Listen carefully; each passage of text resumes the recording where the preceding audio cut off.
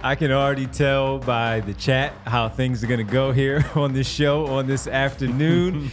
Already up there with the Pat Bev there for our photo of the show and of course, the culture thumbnail there that's on there. I can tell already that it's going to be a fantastic one on this Friday. Welcome to the PHLY Sixers podcast here alongside my partners, Derek Bodner, Kyle Neubeck. I'm Devon Givens. Brianna is producing, always doing a fantastic job as we get ready for the weekend, but we cannot escape as much as we gave props to Pat Beverley. It was a great time. No need to trade for a backup point guard because he's playing phenomenal basketball. He's traded. Did they mess it up? Did they screw it up? What are they doing? Campaign can't fill that same role. Neither can Kyle Lowry. Well, guess what? Campaign. I thought you were about to say my name. I was like, oh, some good things already. The stat padding allegations are coming. Oh, my God. Well, I was just going to say, Devon, that was a pretty long intro there. It seemed like it was a little bit rehearsed. Are you only in this for yourself? I don't know. I'm starting to wonder. You know what? I've never been looked at as a team player. I've always been very selfish. You did have a solo show for a very long time. I did for a very long time. And doesn't play well with others. Takes 3 months off at a time. Exactly, man. All culture things. As you know, we're talking about that. We're trying to build a culture here. I'm trying to be better, folks, than I was in the past. And I guess Pat Bev took his culture with him to Milwaukee because it's no longer in Philadelphia. If you did not see it, Pat Bev on his podcast was talking about how he was speaking with one Tobias Harris. And when he was talking to Tobias Harris, he mentioned how Harris asked him simply, what's the difference? And he said, you know what? Everybody wants to win.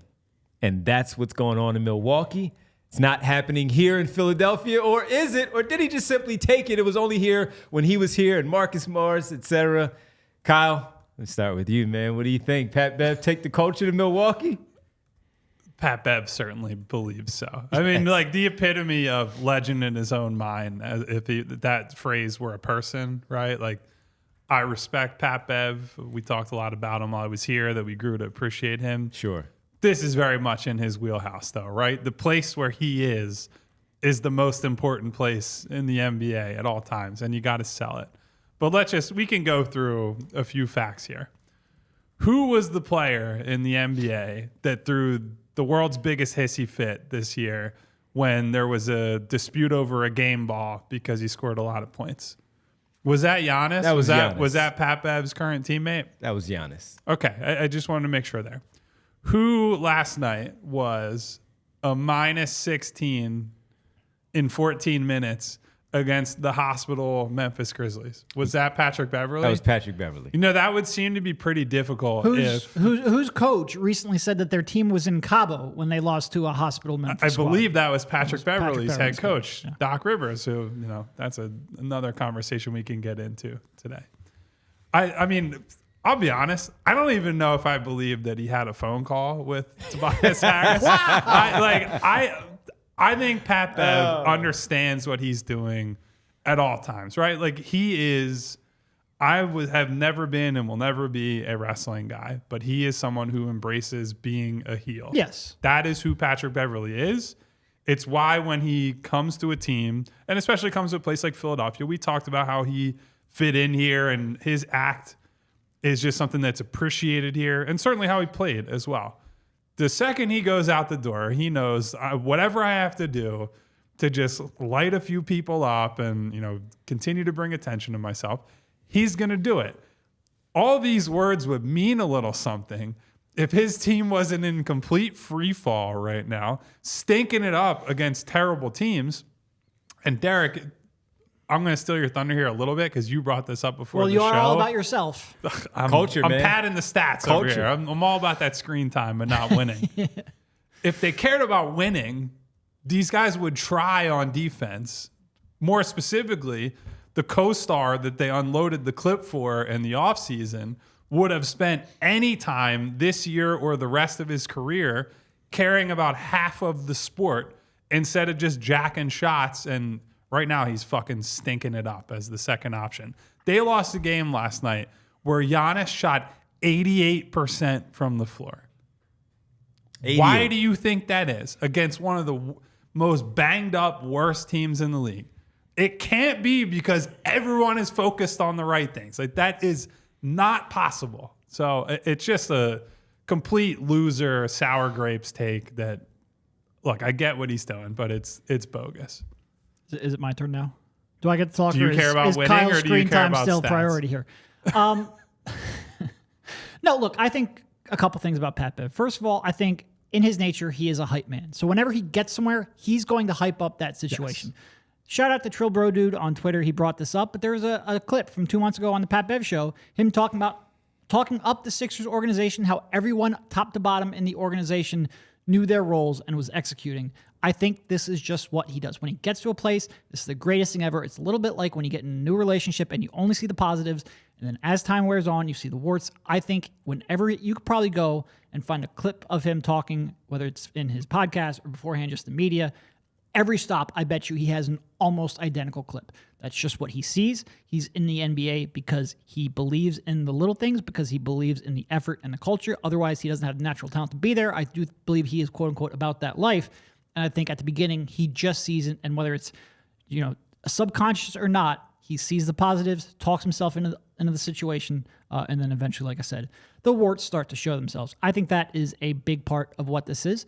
We could read into who he was trying to talk about. Really, there's only two people who take a lot of shots. That's Joel Embiid and Tyrese Maxey. I don't think you'd really talk about either of them not being about winning. Certainly Tyrese, it's hard not to, and both Joel guys, too. he sang their praises the entire time that he was playing here. with knee injuries for a month straight. I don't think that's because he only cares about his stats. He's trying to win. I just don't see this team. I don't see the critique as having much merit. And like I said, I think with Pat Bev, it's mostly about, first of all, he's a content creator, and you got to create content. And this is one thing. Like when he had someone that was employed by a show in Orlando that happened to ask Wendell Carter a question about Patrick Beverley, then, Yeah. And second, like I said, I think he's a hype man. He's trying to hype up his new spot. Well, I think the other part, first, Derek, as you talked about, speaking about the two guys that take the most shots on the team, one of them, he was on the phone with him of the three. So he wasn't talking about him.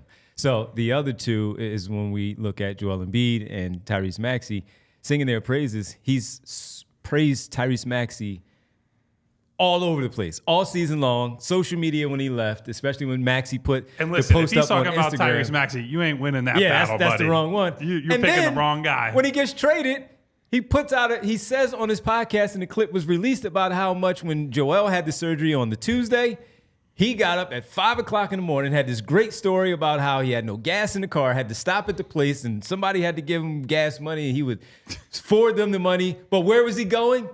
To see Joel Embiid after he had the surgery to make sure he was okay. I would think he was doing that because, he's pretty good with these guys, and the culture seemed to be okay. I mean, look. Secondly, yep, go ahead.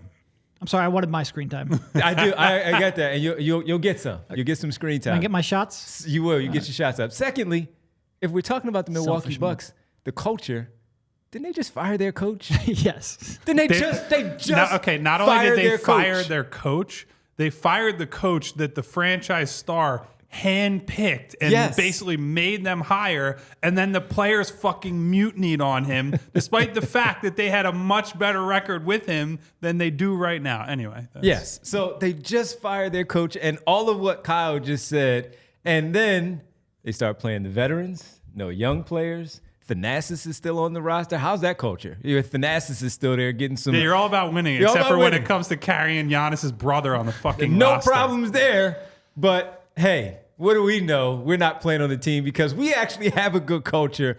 And so as much as Pat Bev has done really well here this season with the Sixers, this stuff is just, it's perfect. It's on brand, as you said, for him. And look, like I said, I think a lot of it is when you get to a new spot, you want to talk up your new teammates. By the way, have I mentioned how much this is the best team I've ever worked with? Good point. It's the team you're on right now, so I would hope it is. Funny how that works. It's funny how that works. Look, and I think there's a lot of people in the chat right now probably turning on Pat Bev.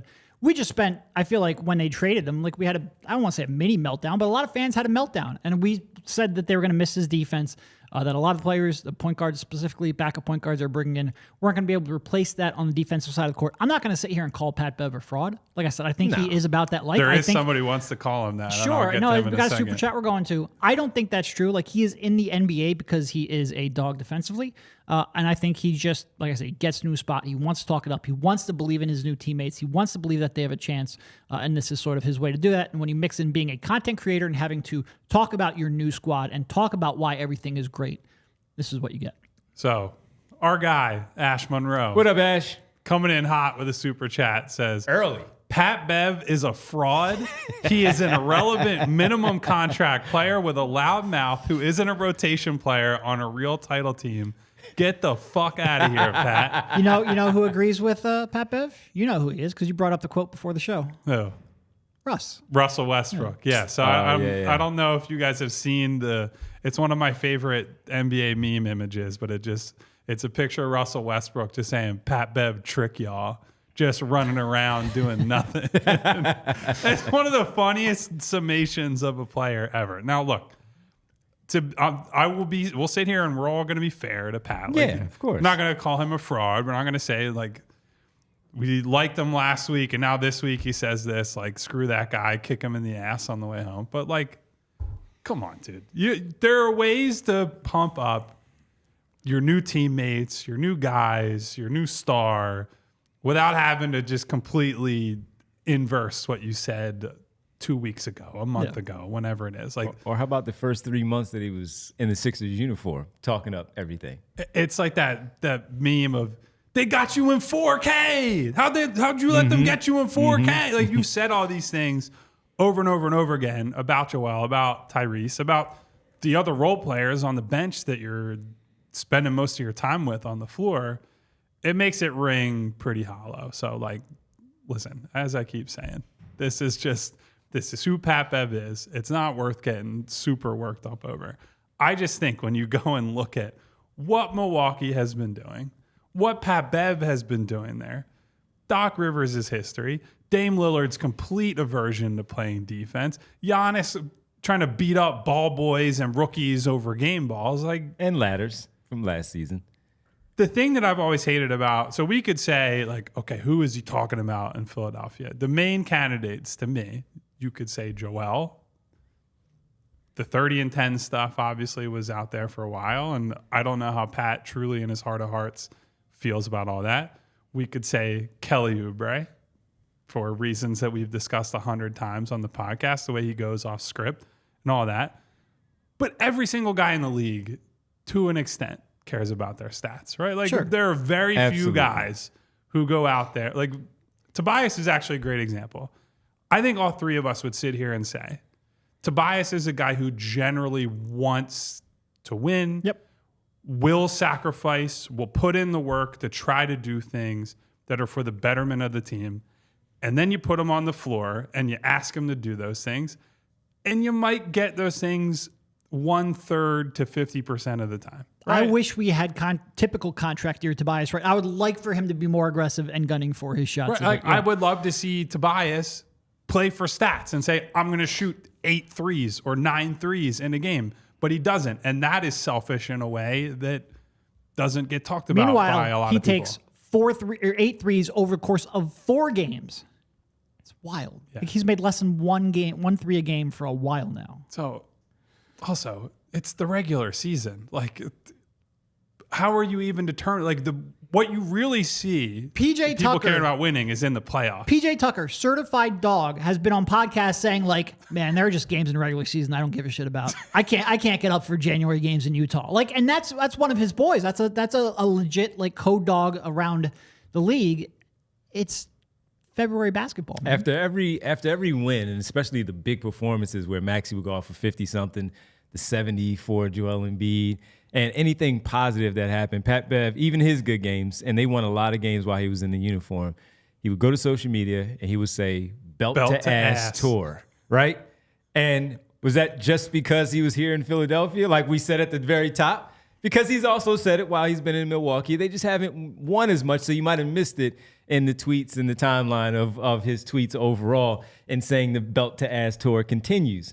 But the belt to ass tour was happening here in Philadelphia, and he was very complimentary of all of his teammates. Pat Bev while was he was holding here. on to Joel Embiid's belt Yes, on his he was. ass to get those wins. Right. Is what was happening. That's Yes, what he the belt was. to ass was. Yeah, and that one clip that you talked about from Trill, that he was speaking how the practices were very, very lively, and the second unit was getting after the first unit and having some Nick fun Nurse there. is so smart. And he's one of the best coaches I've ever had. Yeah, and look, man, I mean, as Russell Westbrook said, Pat Bev just be out there running, tricking everybody.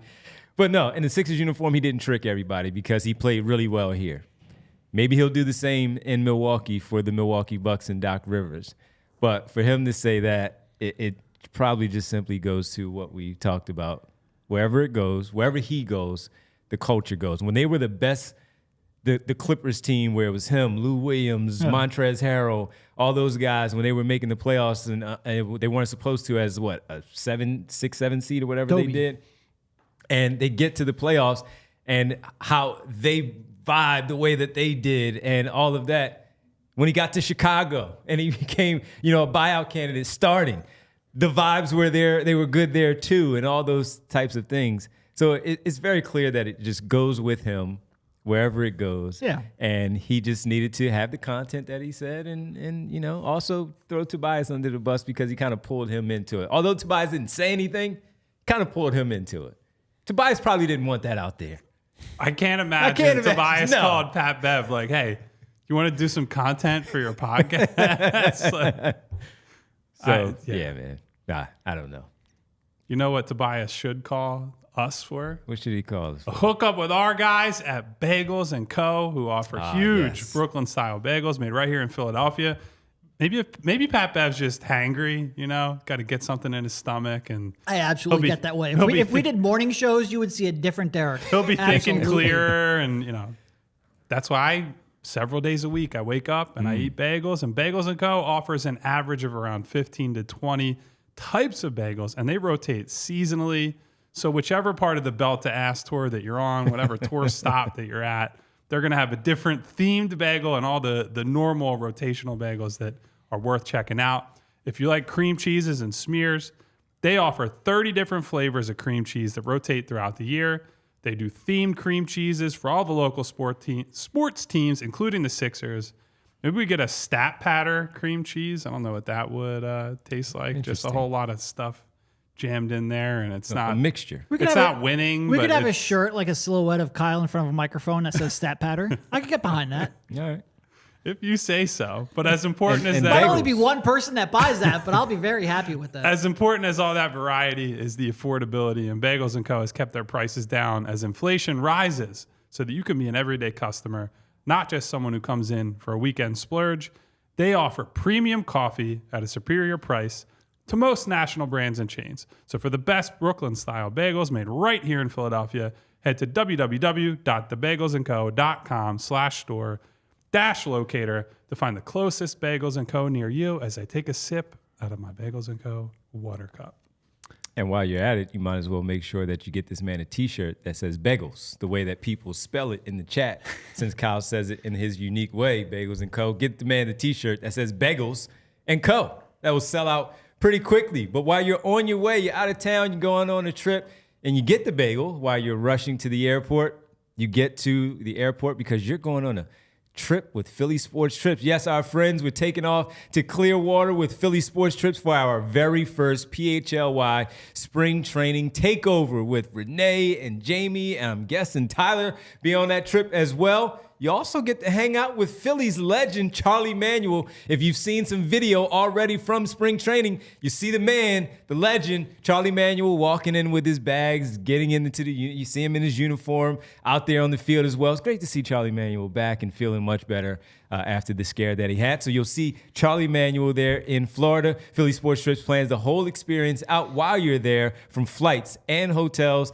to game tickets and transportation as well, so you don't have to worry about anything. Spend St. Patrick's Day on a private yacht with a catered dinner and drinks with all of the group that will be there as part of this Philly Sports Trips. Be on the lookout for more events throughout the year with Philly Sports Trips as well. The party for the big game that just passed, I'm sure it was fantastic. Fans out in Vegas had an opportunity to enjoy the big game there in Las Vegas with the great people at Philly Sports Trips. So if you ever want to do something again with them, our trip specifically March 13th through the 18th. So don't wait to book. Get ahead of it. Head to allphly.com/events to learn more and book your trip to hang out with the group of Philly Sports Trips for our, again, PHLY Spring Training Takeover.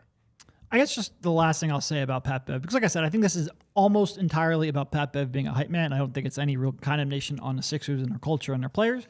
The only, if he did have someone in mind, I can't imagine it would be Kelly, just because Kelly's not relevant enough to have this kind of discourse around and go on another show and disparage. The only one it could possibly be realistically is Embiid, because of how important he is and the volume of shots and possessions he uses.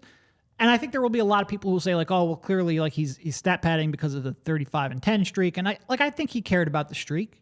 But if he was just a pure stat pattern. And look, I criticized him pretty hard for the couple examples that we thought were dubious. But if he was a true stat pattern, he doesn't sit out of 12 fourth quarters or whatever absurd number it is. He had a chance to put up big numbers in a lot of games that he just opted out of. Do I think he cared about the streak? Yes. Do I think he cares about his stats? Yes. But he also cares about winning.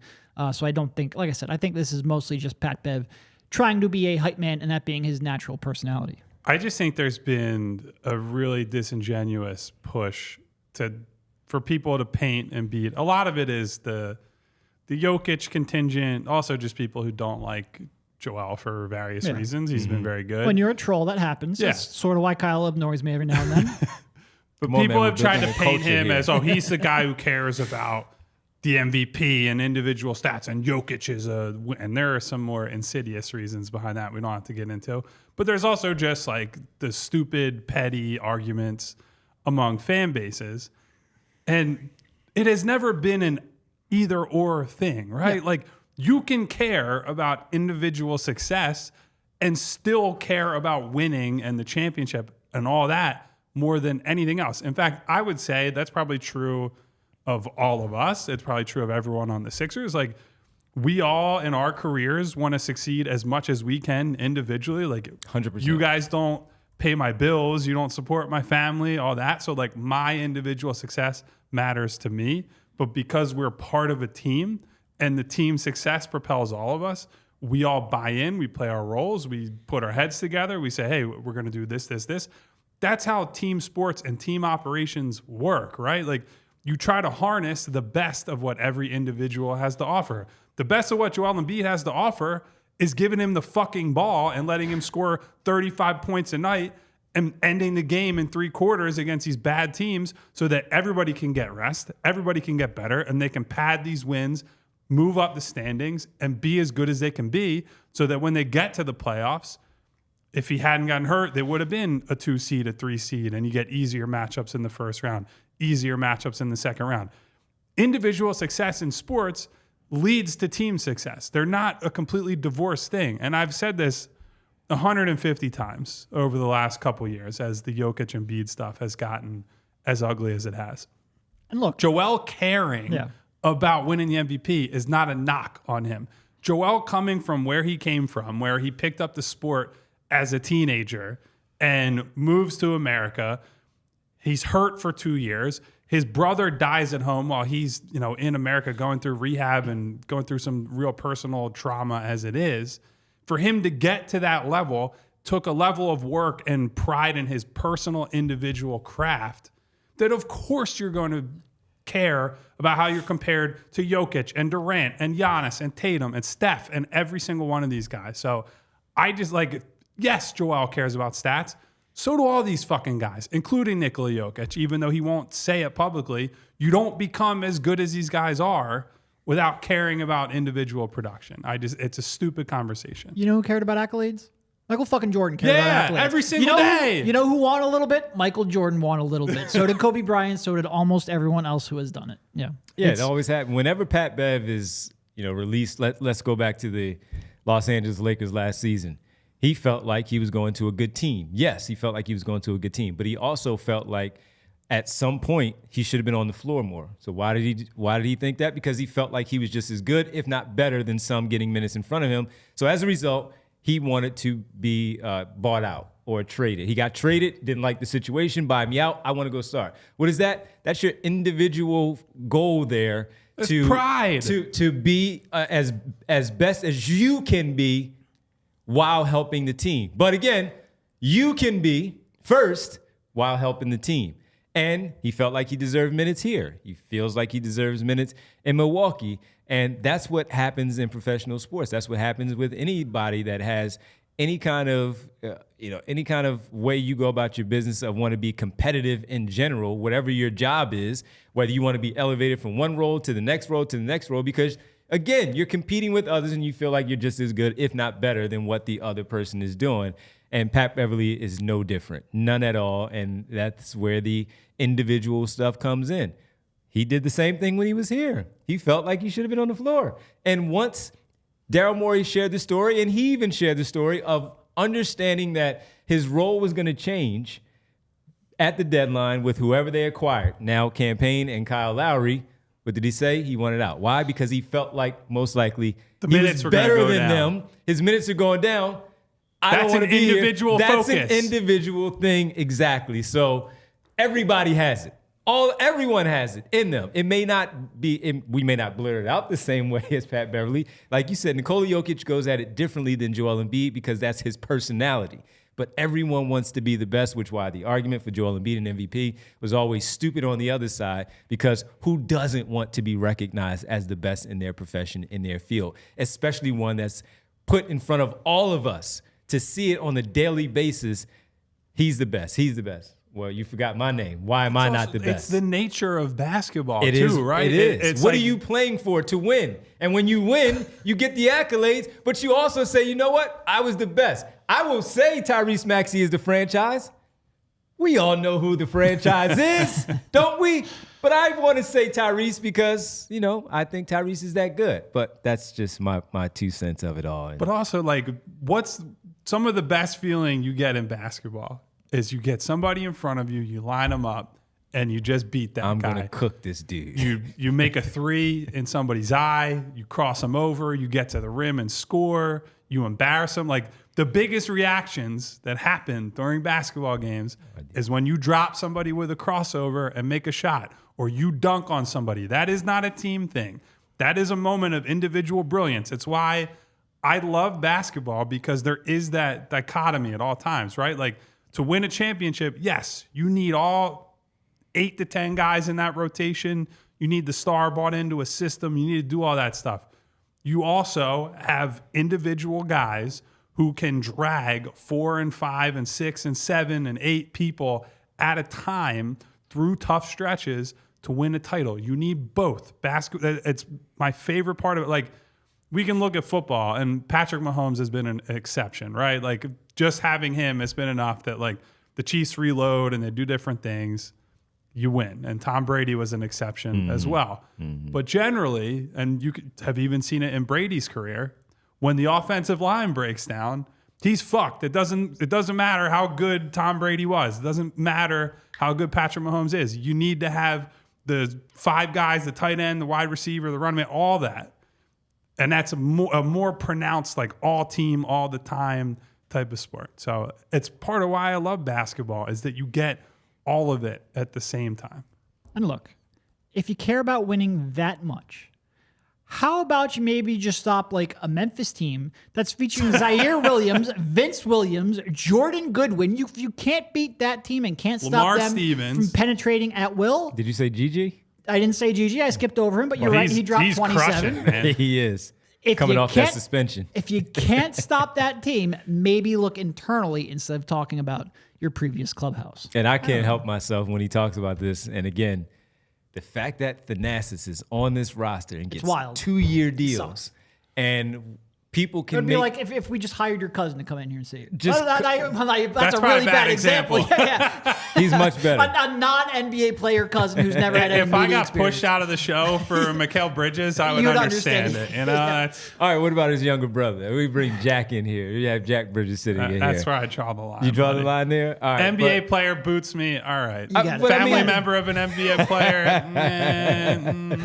The culture part, though, I mean, Thanasis is sitting right next to you on the bench. Yeah. You know what I mean? He's sitting right there looking like a clown on the He's bench. just a running joke the whole year. And people are now putting together 2-3 minute compilation videos of him doing dumb stuff on the floor.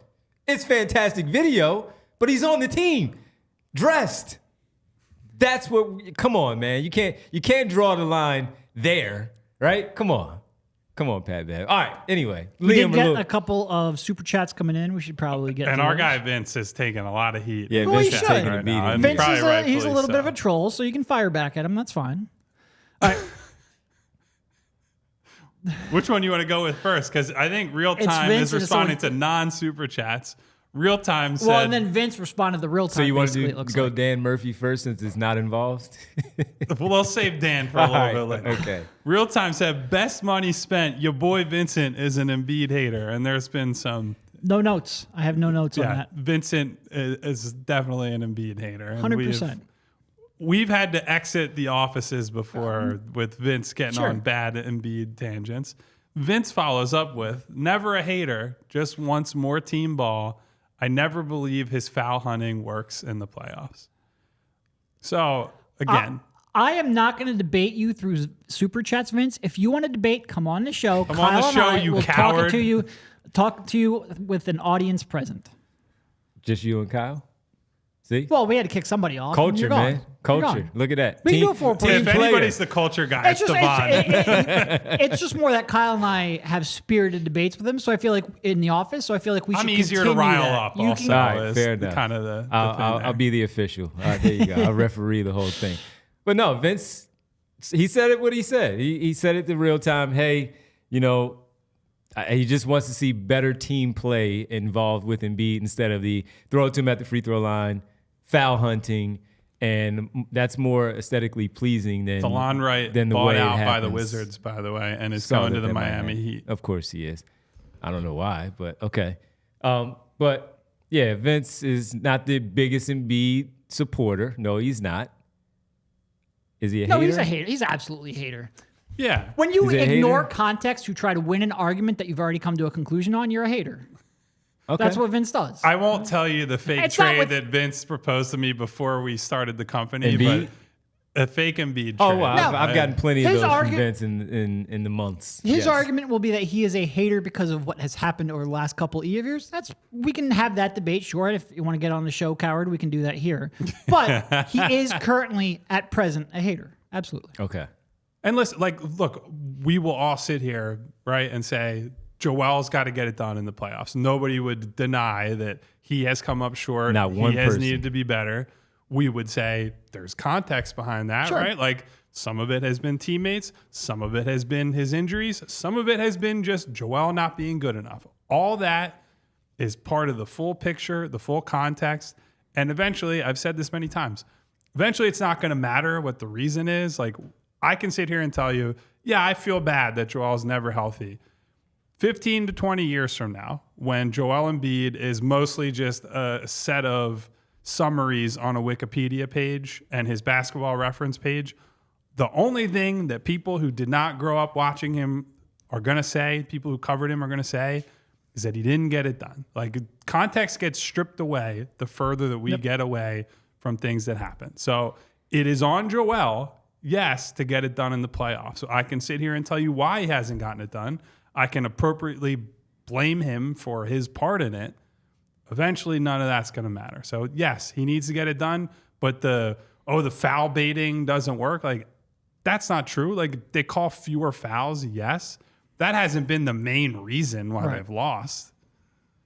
I don't. No, and like I said, I actually, it might sound like I don't. I actually really appreciate Vince and think he's a good guy, and he's a diehard Philadelphia sports fan. Absolutely 4 for 4. He is at his conclusion not because he hates Philadelphia or the sports or Sixers, but he just doesn't believe in Embiid. That's fine. I'm just not going to get into an argument with you through chat. You've got to come on the show, buddy. You've got to come on the show. Oh, man. All right, let's go to the next super chat. Stop We sitting have behind that keyboard, you keyboard Dan warrior. Come on Murphy the show. says, not a hot take. Maxey is a better all-around basketball player than Dame Dollar. Presently, Pat Bev is my GOAT. Zip it, Ash. Wow, we got a lot of Got a little there's some infighting spicy Little super infighting. chats today. Oh, man. Well, we said it at the time when we would start talking about all-star stuff, and we were kind of predicting what the East might look like, what the reserves might look like, because we didn't think Tyrese Maxey would be voted in. Somebody was going to take that second spot. Damian Lillard, Donovan Mitchell, Jalen Brunson, for that matter. He was in the lead there for a while. Damian Lillard eventually took it. When we were talking about reserves guards, though, who we felt like were going to be of the few selected for the 7 reserves, we had all of us had Tyrese Maxey before Damian Lillard. Not that Lillard wasn't having a good season. Maxey was having a better season, and he was having a much better season at the time we were discussing this. And it still, holds true right now. As good as Damian Lillard has been, he's going to be a starter for the East in the All-Star game this weekend. Tyrese Maxey has had a better all-around basketball season than Damian Lillard. So you get no disagreement from me, Dan. He's certainly had a better season than Dame. It's almost impossible to argue that at this point. The only thing Dame's done better this year, really, is draw fouls. That's the only real difference in terms of Dame's strengths this year. Kyle and I were talking about this before the show. Dame's shooting like 29% from three over the last 21 games, 40% from the field. That's a quarter of the season. His efficiency has dropped off of a cliff, and he's doing that with maybe the ideal pick-and-roll partner for him to be playing with. There is a point, and we mentioned this at times over the offseason, even though we were both sort of still pretty enthralled with Dame and his fit. But like once you hit a threshold where you lose 10% of your athleticism or quickness or ability to change direction with that kind of an archetype of being a small perimeter-oriented guard, that drop in efficiency comes pretty quickly. And look, he's still putting up numbers. He's still getting his points. He's still, creating shots for his teammates, but the efficiency is way, way down. And with the Bucks, he's always been a bad defender, not even a subpar defender, a straight up bad defender. He's gotten worse. And because they have so little margin for error, just a little bit of drop in efficiency from Dame, all of a sudden it's much tougher to overcome that defense. I think Tyrese has been better than Dame this year.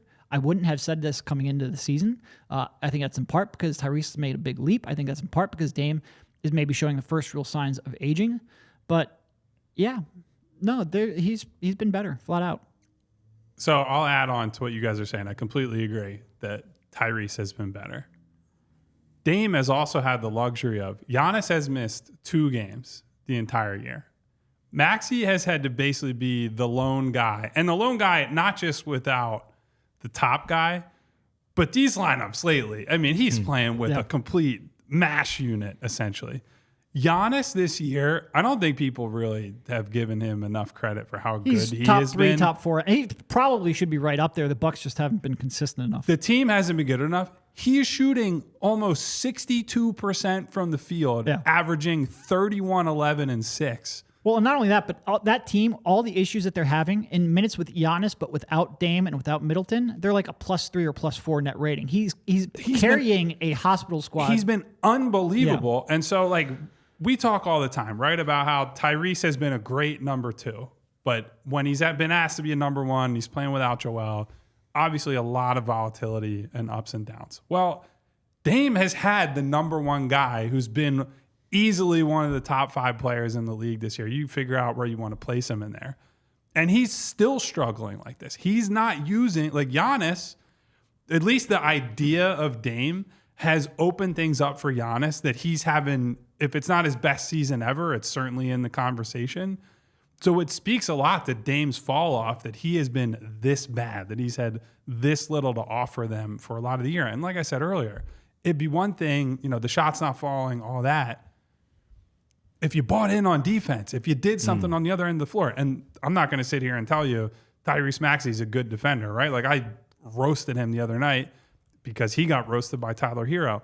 I can at least see fairly consistent effort from Tyrese. I see someone who wants to be good, and a lot of it has been he is overtaxed with what he's had to do lately, and that plays a part in it. And he doesn't have Joel Embiid behind him, all that. So, yeah, I don't even think it's been debatable. I think Maxey has been better, period. And I think once you get into you go deeper and you get into the context of it, I don't think it's even that close, frankly. And one of the words that you said in there that was key for me too was just the consistency. He's been consistently this player all season long. He's only missed a couple of games, and that was the illness thing that was going around in the locker room, and the ankle a little bit. But for the most part, he's just been really, really consistent. So with his consistency versus what Damian Lillard has done, consistently having the numbers, but also the numbers that are taking a dip, whether it's the age, whatever it is. When having these debates, you factor that stuff in, but it doesn't exclude it. It's part of the debate. If he's older and he's losing it a bit, he's older and he lost a bit. Maxey's still young, but he's also, while he's young, elevated his play in there to be talked about the way that we're discussing him, not only for All-Star, being better than Damian Lillard in conversation as a starter before some things started going the other way, mainly when Joel Embiid went down, discussing him as an all-NBA guard of the top 6 by the end of, at the point of the season where we were discussing it. That's how good he has been. And it's not to dismiss Damian Lillard being an all-star level player, because even with those numbers and looking at the Eastern Conference, no matter what we say, he was still worthy of an all-star spot, whether he would have gotten it or not because of the fact that they were, because he wasn't voted in, he was still a good player. He just has not been better than Tyrese Maxey all season long. And to these guys' point, it hasn't even been close. So the question, got it. You're absolutely right. But it hasn't even been close all year. All year. All right. I think we've done enough Bucks slander for one day, right? That's we barely even talked about Doc, which is wild, because I feel like if we're going to do the Bucks slander, that was going to be... Well, that I know Cabo our guy comment was AC cool. Phila in here. If we say anything that gives Doc even like a little bit of an out, we'll have a meltdown. Any of in the chat. 5 or so Twitter names I remember him having, all of them have bashed Doc. Absolutely. Well, we love you, buddy. I know your brand. That's for sure. Liam jumped in a little bit earlier and said we from head to toe, well, not head to toe, but from head to chest area, we got our PHLY gear on. Oh, we do. The hoodies, the hats, we're all hooked up here, I actually at one point Liam. had the white hat on today. I'm like, that might be a little too Little bit much. too much? Too many PHLY logos for one shoe. PHLY apparel out in full bloom. Yes, Liam. The culture. Look at what we're building here, Liam. The culture. We care about winning We as care a team, about and winning not as just a the team. individual On stats. this show every day and pretend I like Kyle Neubeck for the culture. Well, you know where you can dress like us? You can go to PHLYlocker.com and get the very gear that you see here from my teammates, the hat that I'm wearing. You can start off with the hoodies, of course, the new hoodies that we have. Our show hoodie, the PHLY Sixers podcast hoodie there in the royal blue with our logo on the chest and on the back. Phenomenal hoodie. Hopefully you can get yours, the PHLY Eagles hoodie. It's a Philly thing hoodie and the Michkov hoodie representing the Flyers PHLY Flyers podcast as well. So go to PHLYlocker.com to get that. You can get these hoodies as well. The original hoodies that are very popular. Go ahead and get these hoodies and go get the hat. Got to get the hat. Derek didn't wear his. We would have had the hats on today, but I have mine on. I'm I have supposed to be getting that one dad that hat. Devon's wearing Kyle right wants now. the dad hat. Kyle has the golf hat, the white one. So does Derek, the trucker hat, the flat brim hat. PHLYlocker.com. Go get yours. And when you do that, you can hang out with us on February 23rd. You can get it shipped in time next week, Friday. Yeah. Takeover. I just want to give Vince a shout out because I feel like we picked on him for most of the show. I had a problem with my order, all my fault. I ordered the wrong thing. Vince got that squared away very quickly. Vince, if you ever have a problem and you're a diehard member, drop in the Discord. Vince is always available. Wonderful, very helpful. Vince is, like I said, great at very many things, just not his Embiid takes. Yeah, we've brought up the Discord as part of the Die Hard program a lot lately. But Yeah, not only do you get is, access to Kyle and I, and maybe someday if we can teach Devon him too, It's but a you also surprise. get access It's to a people like surprise. Vince and whatnot. Yeah. Yeah. You did promise the other night that you were going to join it that night. Haven't seen you join. I didn't say promise. I said I will. But that I did say I will. sounds say like I will. sounds like a distinction I'm without gonna a have to go difference. back and get the Ah, clip. I will and let compare you it. slide on that All one. right. I don't Well, we got some people here. Like Dan says, I got to cop that Michkov John right there. Absolutely. Go to PHLYlocker.com. If you want to become a diehard, you can go do that. Again, all PHLY.com. Sign up as a diehard and get all the great stuff, the content. Kyle, Derek, they write, Bo, Zach, Charlie, everybody gets the Charlie Discord. is a machine. If any Yes, he Flyers is. fans Yes, are in he here. is. Absolutely. So go ahead, sign up for that, and join us at our takeover, February Yeah. 23rd. Yep, against the Cavs. And do that with some diehards against the Cavs. Absolutely. All right, wear your gear. Show up in your gear. All right, we're gonna end on an all-star note. We got anything else? All-Star weekend, All-Star Saturday night. Oh yeah, by the way, Puppas mentions now with international shipping that was just resolved. Puppas overseas in the Puppa's UK got the gear. got that all resolved, and so now are any potential overseas diehards or people trying to get And again- PHLY Locker gear? Props to Vince for barking up the corporate tree to get that done. Yes. There were a lot of people requesting that. He was right on top of that. So like I said, Vince, I love most of what you do. Most. Just not what you talk about in this chat. That's all. See, Vince That's is all. a great guy. He is. Great guy. Yeah. Al says All-star. that's not true, With by the shitty way. He takes. said That's I did fine. say I promise. Sorry, Vince. Sorry, Al. Vince, you're our all-star. How I'll about fix it, that? Al. I'll fix it. All right, All-Star weekend. All-Star Weekend has lost a lot of luster over the last couple of years. That's Saturday just a way night of saying we all got old. and Sunday. And Sunday. All-Star Saturday night and Sunday, not the same. Even the rookie game on Friday night was fun in the beginning, where you would get guys that battling. What was Deion Waiters and who was it? Deion Waiters was going up against head to head in that rookie game, where they were going back and forth, just drilling threes against each other. You remember Deion Waiters and that rookie game? I remember the game. I can't remember who it was against though. Yeah, so you had some really good moments where that happened, and we've seen it. Now we don't get a lot of memorable things, even on Saturday night, where the dunk contest, the three-point contest, has always been very, very interesting and creative with how they did things. Now they had the skills competition the last couple of years. That hasn't been fun. They've tried horse, and that didn't work. That's something they should. But it didn't work. If you want my old man take on All-Star, it's just that, just like everything else in the NBA, it seems to be becoming less and less about basketball. By the way, Tim Hardaway Jr. and Deion Waiters. That's who it was. Okay. There you go.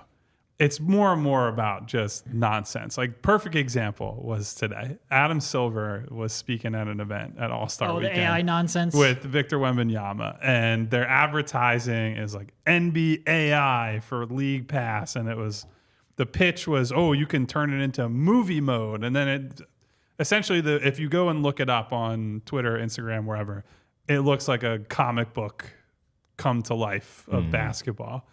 And Dan Devine at Yahoo, great writer, podcaster covering the NBA, pointed out, he goes, people have just been begging for working NBA League Pass and no blackouts in their market so they can watch the games. And they're sitting here like, hey, you can turn it into a Marvel movie. And it's like, what the fuck are we doing here, man? Like, I just want basketball. Give me basketball. And how about you focus on League Pass that fucking works, huh? I don't know.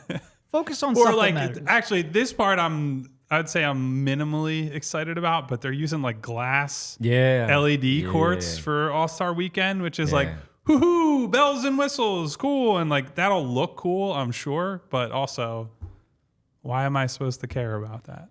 Yeah.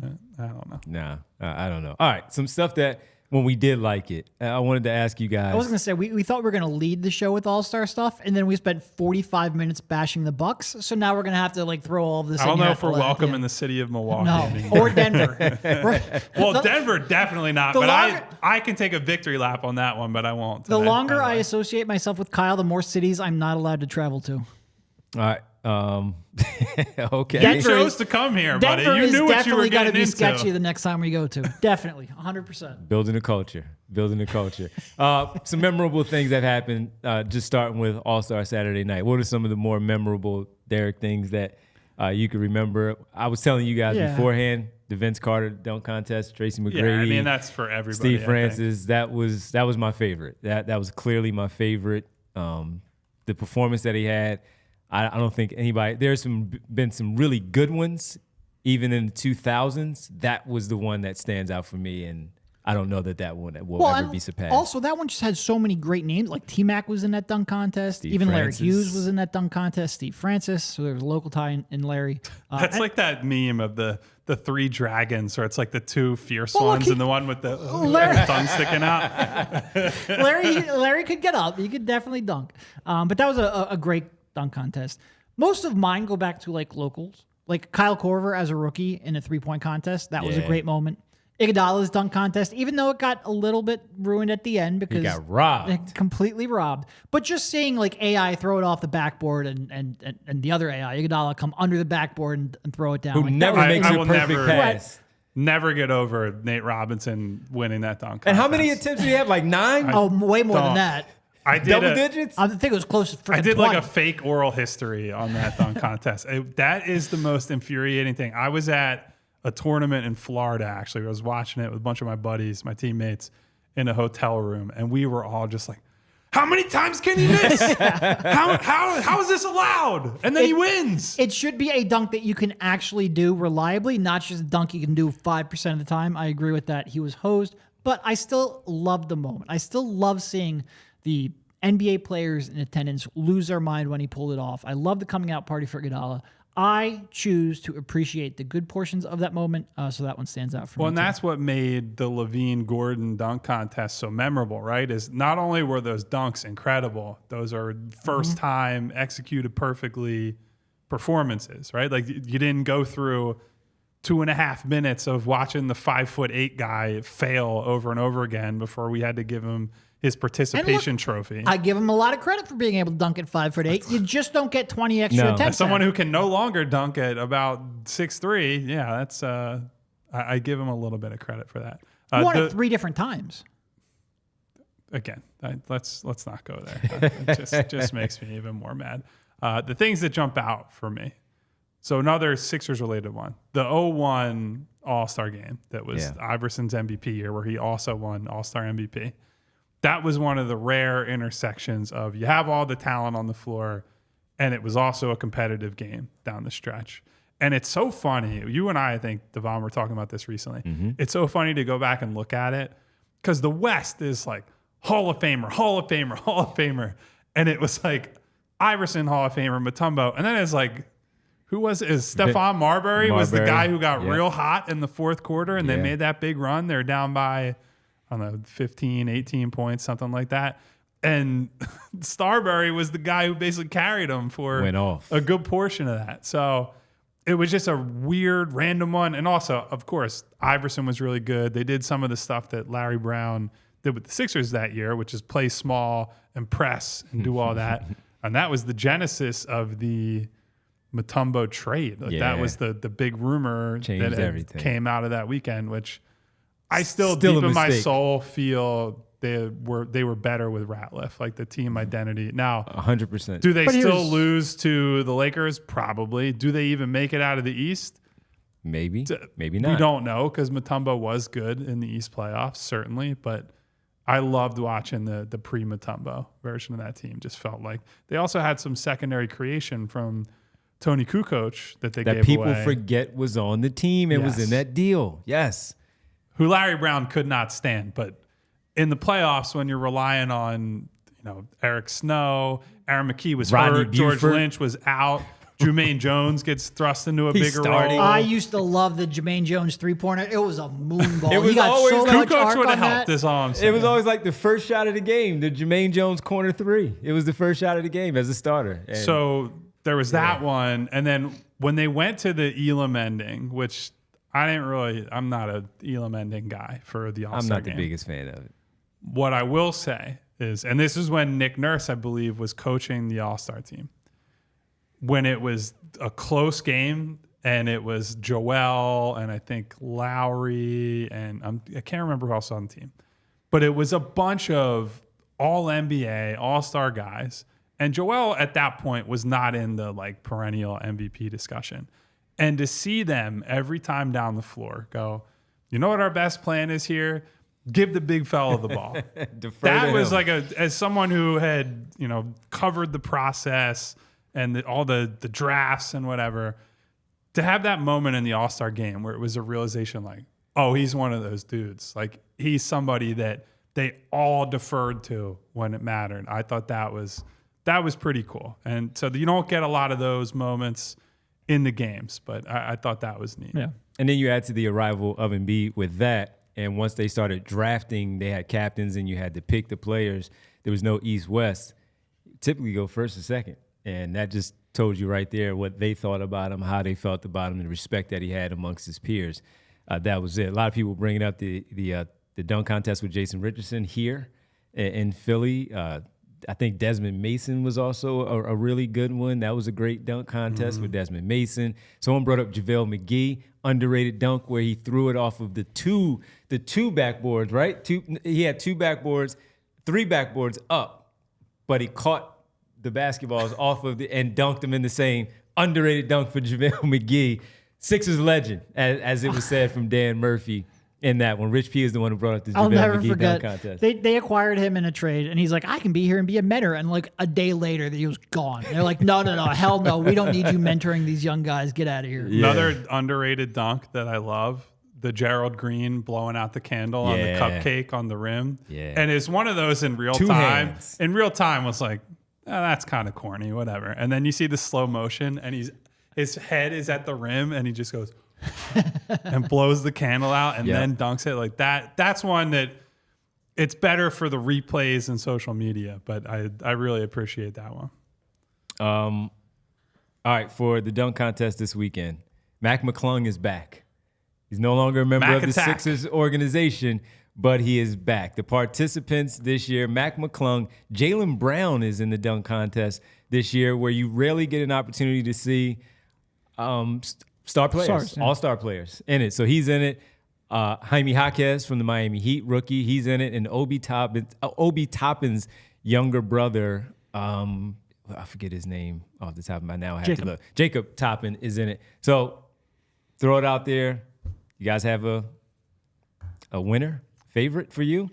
Oh, I don't know about a winner. So much of it comes down to creativity that you don't really see these guys try to. I mean, Mac was great last year, so go Mac.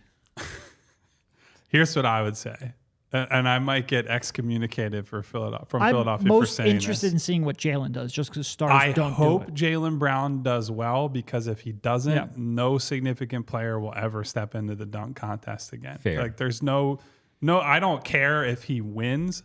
I just want him to not get shit for performing in it, because one of the great shames in recent NBA history is that we never saw young or peak LeBron in the dunk contest. Like part of the cool part of the 80s was, Jordan was the best player, or at least in the conversation early in his career before he was the undisputed best guy.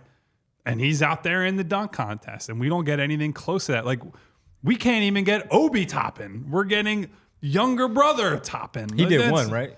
Obi Toppin won in 2022, I believe. Yeah. So I'm just kind of hoping that Jaylen Brown, even if he doesn't win, is at least, gets to the final stages of it and gives some incentive for, like, look, you guys are all freak athletes. There's no real pressure in a dunk contest. There's like, if you lose a dunk contest, who cares? Yeah. So that's my only rooting interest, is what I'd say. I'm putting my money on Jaime Jaquez. I'm going Jaime in this one. Just sneak in there and take it. 3-point contest: Dame Lillard, Jalen Brunson, Tyrese Halliburton, Lauri Markkanen, Malik Beasley, Donovan Mitchell, Trae Young, Karl Anthony Towns. About the 3-point contest? 3-point contest, yeah. Lillard, Brunson, Halliburton, Markkanen, Beasley, Mitchell, Trae Young, Towns. So I would say I would cross Halliburton off the list, just because I'm not sure he's going to get through all the racks. He has a slow release. I'm a little worried about that. I think my money would be on Mitchell. I agree. I think it would be on brand for Dame to stink it up for a month and a half and win the 3-point contest. He's got an effortless shot in a situation like that, sure. I'd love to see a big man. Like, give me Lowry or Towns. I like it when big men go in and win those things. So I'm going to go with Lowry. Okay. I'm going with Trae Young. All right. Feel snubbed with all the stuff that's going on, and I'm going with Trae Young. All right. We don't care about. Do you care about the skills competition? Tyrese is in it. Of course we got to care about the Tyrese skills is going to win. There you go. We're rooting for Tyrese. Oh, wait. It's a team? What? It's a team thing. What the fuck? Remember when we talk about it and I say, who's he with? He's with Trae Young, and who's the other one? What is the point of a team Scotty skills Barnes? challenge? Like, Scotty Barnes and Trae Young is Tyrese's team. Got Banchero, Edwards, and Wemby. And then you have a Pacers team that's Halliburton, Ben Mathurin, and Miles Turner. I mean, the Sixers have a good chance to win that, honestly. Yeah, I like Maxey's team in that one. I would not bet on the Pacers. No. The other two, I could see it going either way. Yeah, I could see that. Team skills challenge. What I know. What the hell are we doing here? Final one. Shows how much I pay attention to All-Star. I know you guys saw it, so let's talk about it. Caitlin Clark, all-time women's college basketball's leading scorer. Now after last night, she scored 40+. Didn't Tyrese? I thought Chris Haynes reported that Tyrese was going to be in a 3-point shootout. That was in the very beginning. Yeah. What happened? Do we ever know what happened? Because I'm looking on the NBA news release and he's not. No. So what? I don't know. Do you know what happened? Maybe Tyrese just said there's two. I told you guys on the show the other night. Tyrese got his schedule for All-Star, and he's like, "Oh shit, that's a lot of stuff I got to do." Maybe he got invited. He said something early Said he was thinking about doing it, and then he backed out. Would have been nice to have seen it. Yeah, would have been nice. Because honestly, that's my favorite event of the whole weekend. All right, Caitlin Clark. Phenomenal last night. Very good at basketball. Yes. She's really, really good. That shot, man. It was if there was no better way for her to break that record than the shot. Of course, she can take that shot because she makes it. It made just the most perfect sound when it went through the rim and through the net, where it was just like, boom, done. And it was phenomenal. It was great. It snapped the net so hard that it was that immediate. It was great.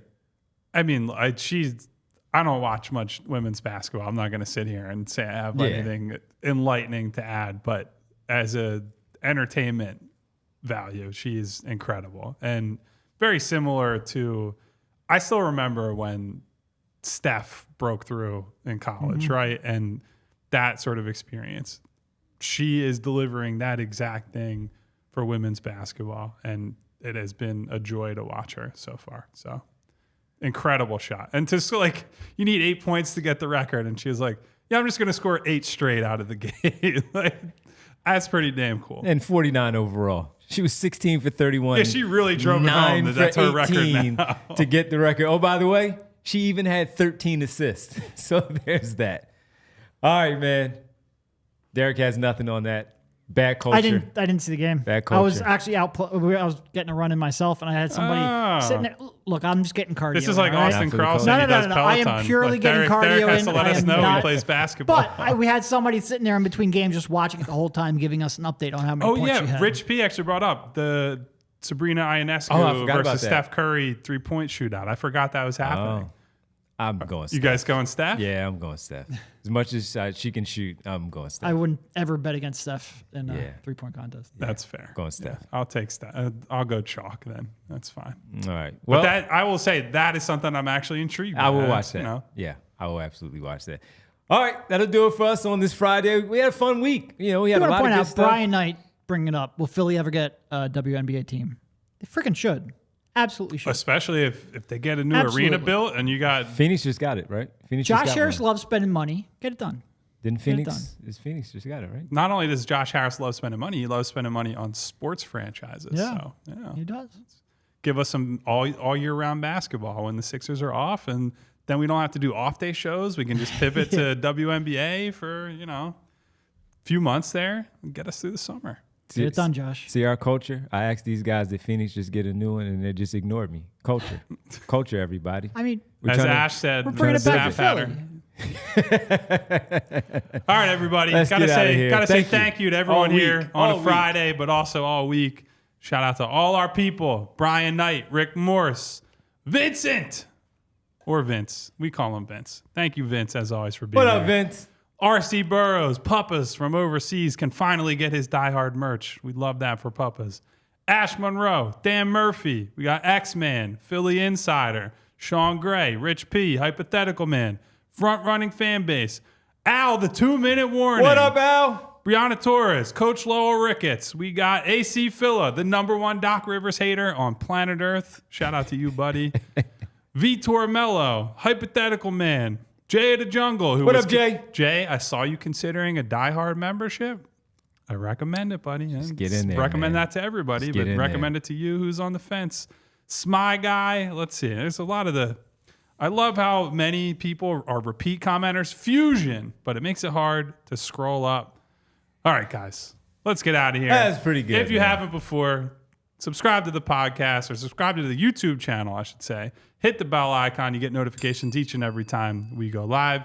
And if you hit the thumbs up button, maybe All-Star Weekend will be good for the first time in a while. Can't promise anything, but we'll see. It can't hurt. We'll be back Monday. And here's a tease. We might have an interview for you guys with somebody next week. So keep an eye out for that. Ooh. See you guys. Have a good weekend. See ya. We all silly like the mayor.